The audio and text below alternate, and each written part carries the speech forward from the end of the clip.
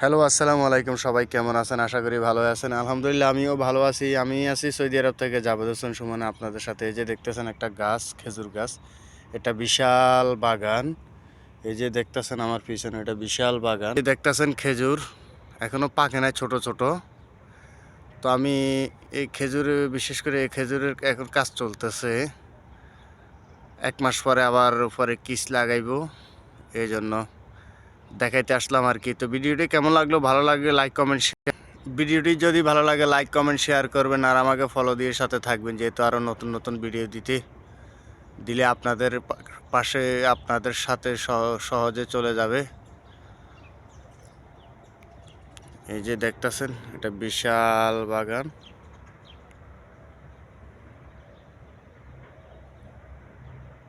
এই যে দেখতেছেন খেজুর পুরা বাগানে, মাশাআল্লাহ এবছর অনেক খেজুর হয়েছে আমার কোম্পানির।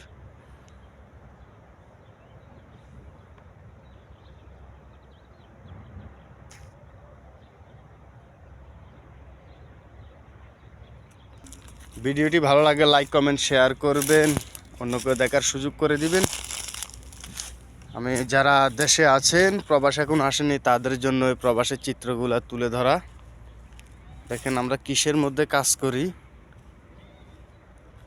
এই যে দেখতেছেন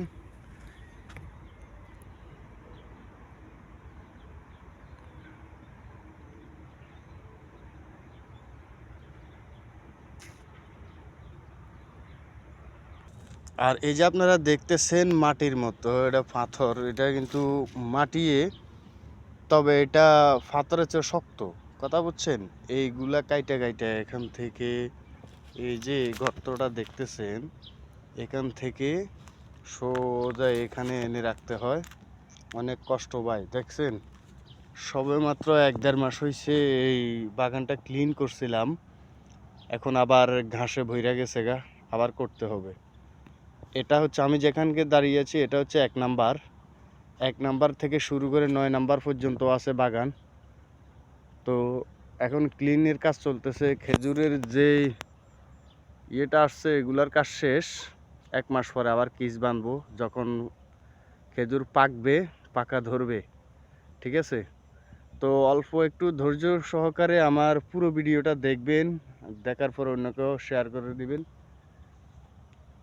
আর ভিডিওটা কেমন লাগলো, ভালো লাগলে লাইক কমেন্ট শেয়ার করবেন। আর একটা কথা, সবাইকে পবিত্র জুম্মা মোবারক। আমি সৌদি আরব থেকে। আজ পবিত্র শুক্রবার, গরিবদের জন্য হজের দিন।